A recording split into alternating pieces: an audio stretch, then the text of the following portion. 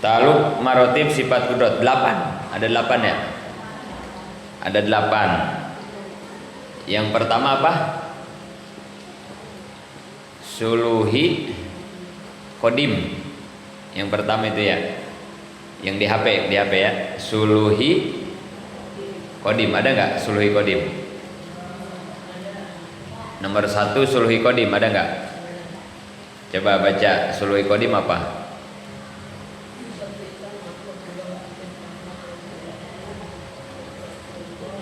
Sebelum makhluk diciptakan, Allah sudah berkuasa gitu ya. Jadi berarti kudrat Allah, kekuasaan Allah tidak ada permulaan. Gitu ya. Jadi sebelum kita ada juga Allah mah sudah berkuasa. Gitu. Beda sama kita. Kita disebut berkuasa kalau udah ada hasil kekuasaannya, kita mah begitu ya. Kalau manusia mah disebut kuasa kalau sudah terbukti kekuasaannya.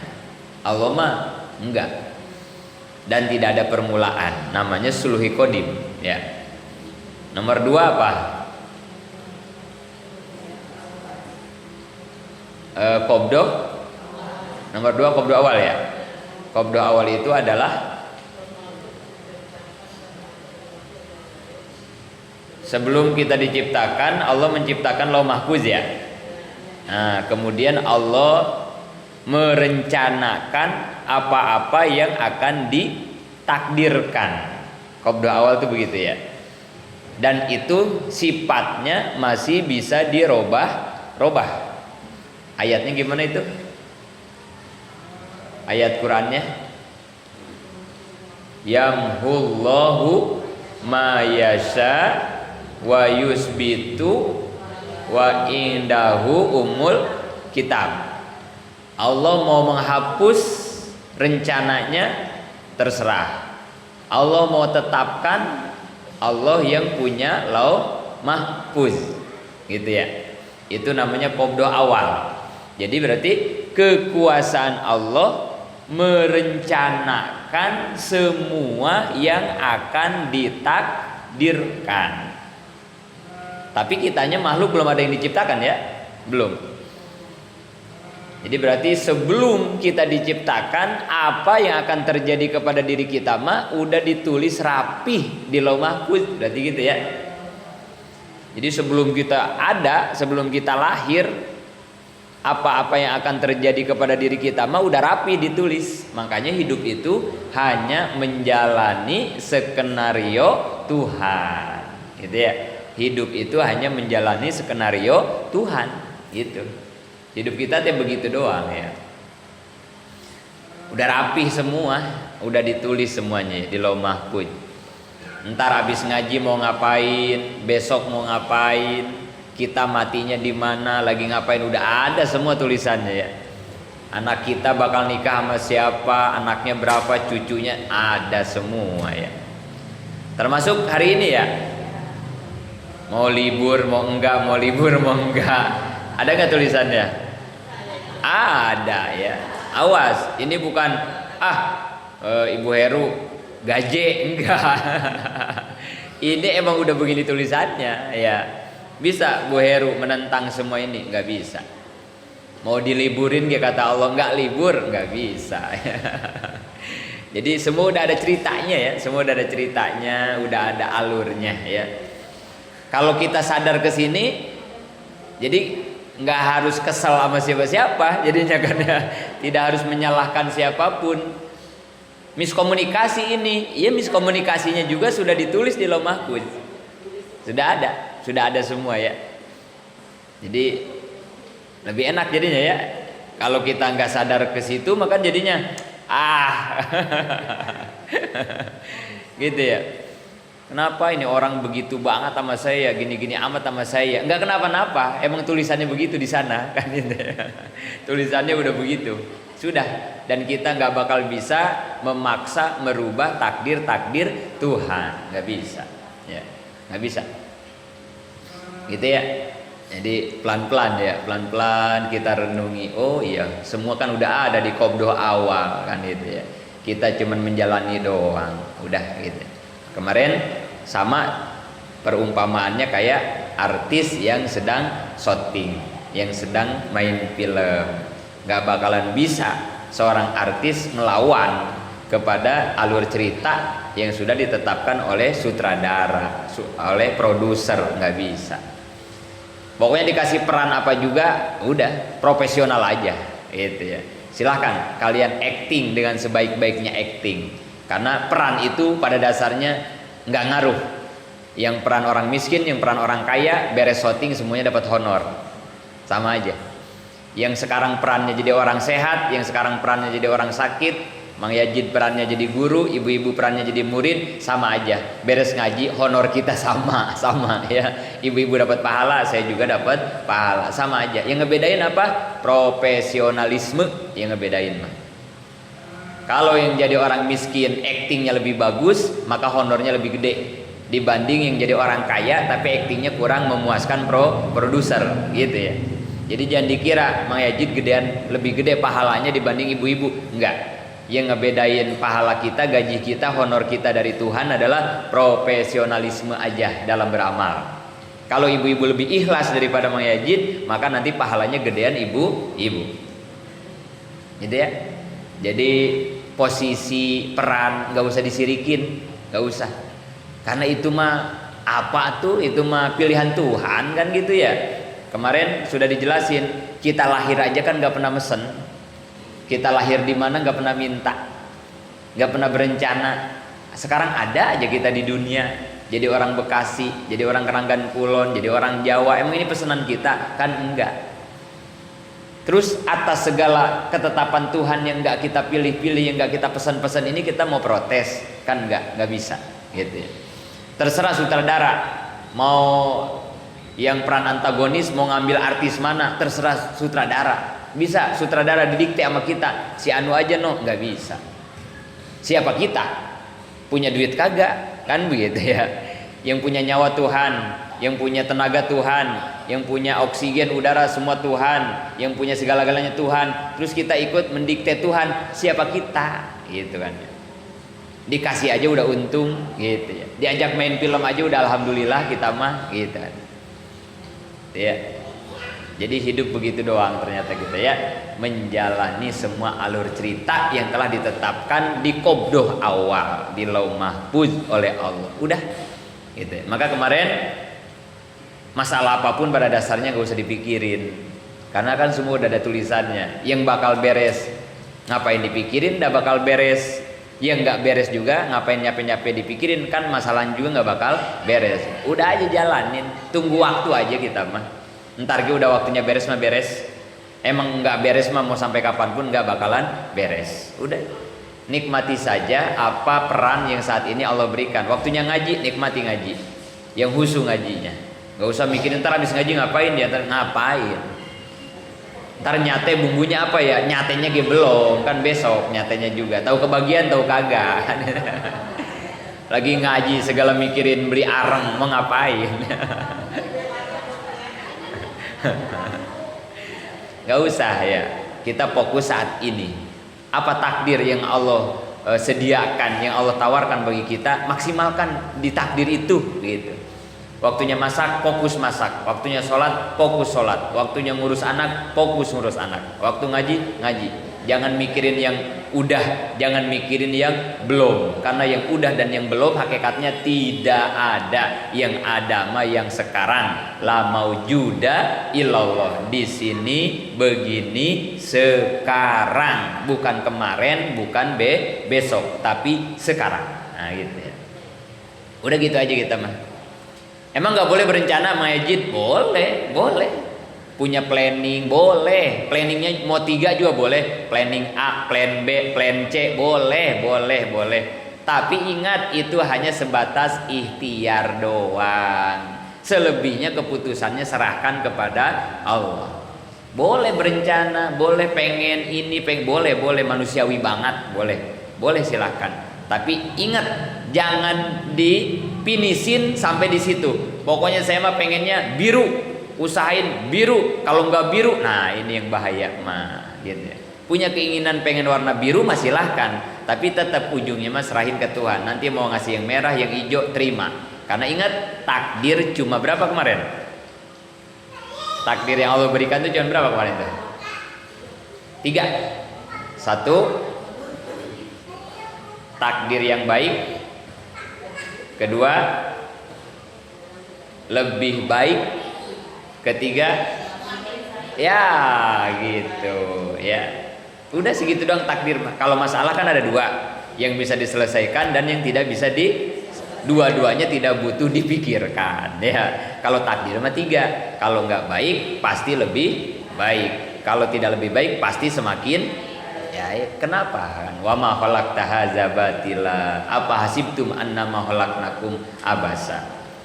Kalau nikmat, ada berapa kemarin nikmat? Nikmat paling tinggi apa kemarin? Iman is Islam, itu nikmat tertinggi ya. Iman is Islam. Yang kedua nikmat hidup ya. Yang kedua nikmat hidup, kita dikasih hidup sama Allah. Wah, ini nikmat tiada tara. Yang ketiga nikmat bebas.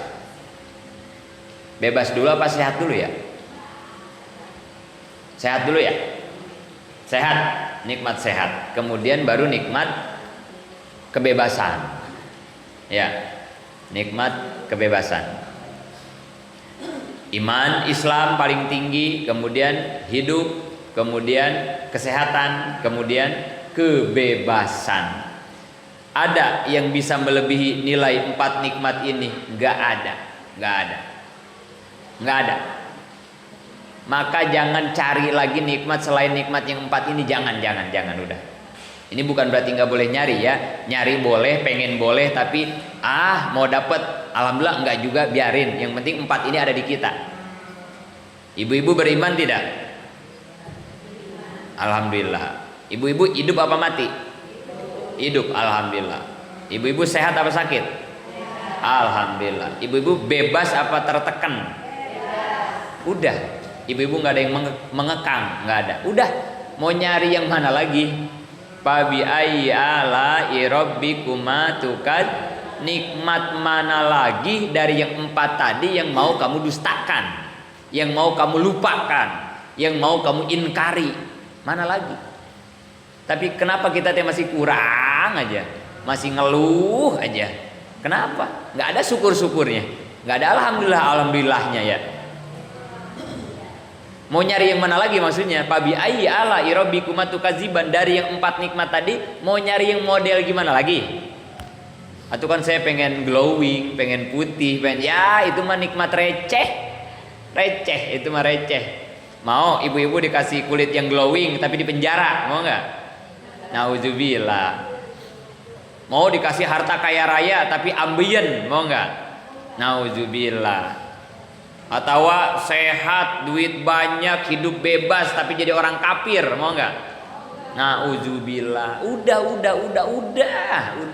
cukup. Asal udah yang 4 ada di dalam diri kita, udah alhamdulillahnya jangan berhenti. Setiap detik, alhamdulillah ya Allah, saya masih beriman, saya masih sehat, saya masih hidup, saya masih bebas. Alhamdulillah lagi. Udah gitu aja hidup kita. Semakin kita mensyukuri nikmat yang 4 ini, la ajidannakum. Nanti nikmat-nikmat yang receh, nikmat-nikmat yang kecil-kecil ditambah, disempurnakan gitu. Tapi ini mah kenapa yang receh-recehnya nggak ditambah-tambahin, atau dikasih yang gede aja nggak ada terima kasihnya, kata Tuhan. Dikasih yang 4 aja yang paling gede sama Tuhan, kita masih nggak ada terima kasihnya, nggak ada bahagianya, atau gimana mau dikasih yang receh? Dikasih emas 2 kilo aja kagak ada terima kasihnya. Ngapain kata Allah aku ngasih perak? Buat apa? Dikasih emas aja dia nggak terima kasih, nggak bahagia, nggak seneng. Ngapain dikasih perak? Gitu jadinya analoginya ya. Nauzubillah ya. Ini gara-gara salah mindset gitu ya. Salah paham, salah mengerti, salah mindset, salah langkah, salah sikap. Jadi begini dah gitu ya. Maka rubah mindsetnya, cara pikirnya, pola pandangnya rubah. Secara keilmuan, secara ketauhidan, secara keimanan, secara keakidahan. Nggak bakal dikasih sehatnya, nggak bakal dikasih kayanya, nggak bakal dikasih anaknya, nggak bakal dikasih pekerjaannya, nggak bakal. Kalau nikmat-nikmat yang tadinya tidak disyukuri, syukuri aja yang 4. Nanti yang receh-recehnya dikasih ya nama Allah. Oh ini mah pandai bersyukur nih, yang gede aja disyukuri. Apalagi kalau dikasih yang kecil, pasti gitu. Kasih lagi, kasih terus. Akhirnya hidupnya semakin naik, semakin naik, semakin terus gitu. Gitu caranya. Jadi kalau takdir ada berapa? Kalau masalah ada berapa? 2. Kalau takdir ada 3. Kalau kenikmatan ada?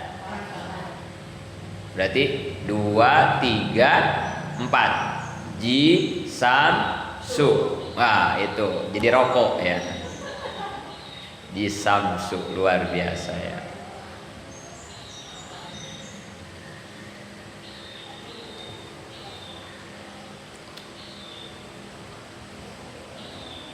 Segitu doang kan ya,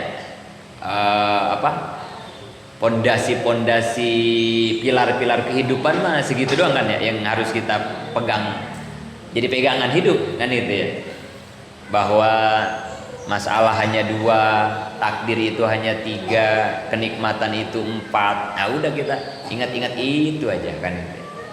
Segitu doang ternyata hidup kita ya.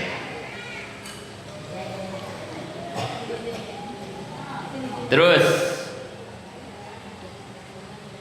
nomor 3 apa? 1 tadi suluhi kodim, 2 qobdoh awal, 3 tanjiji hadis awal. Baca.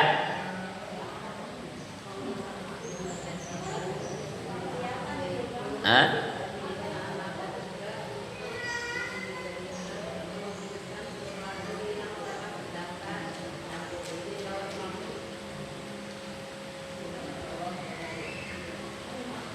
Kekuasaan Allah untuk memproses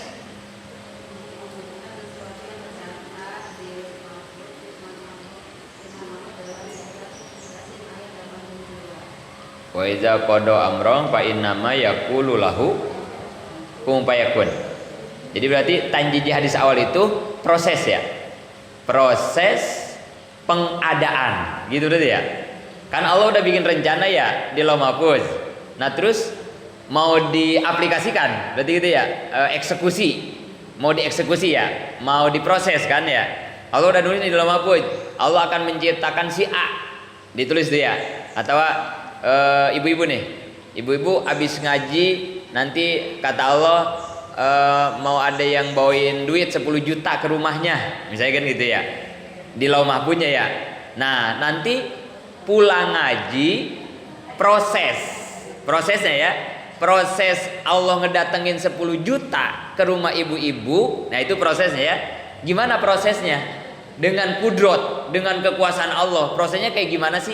Kayak kita nih, kita punya rencana anak perawan saya pengen dikawinin sama seorang kiai ustad yang jago ngaji. Itu kan rencana kita ya.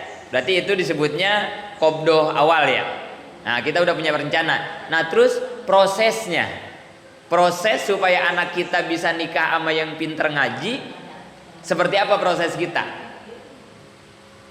Tanjiji hadis awal tuh proses ya. Atau begini, ibu-ibu lapar pengen makan, itu kan direncanain tuh ya, nanti pulang ngaji masak sayur asam, sambal, jengkol, asin dan lain-lain. Udah direncanain sama kita ya.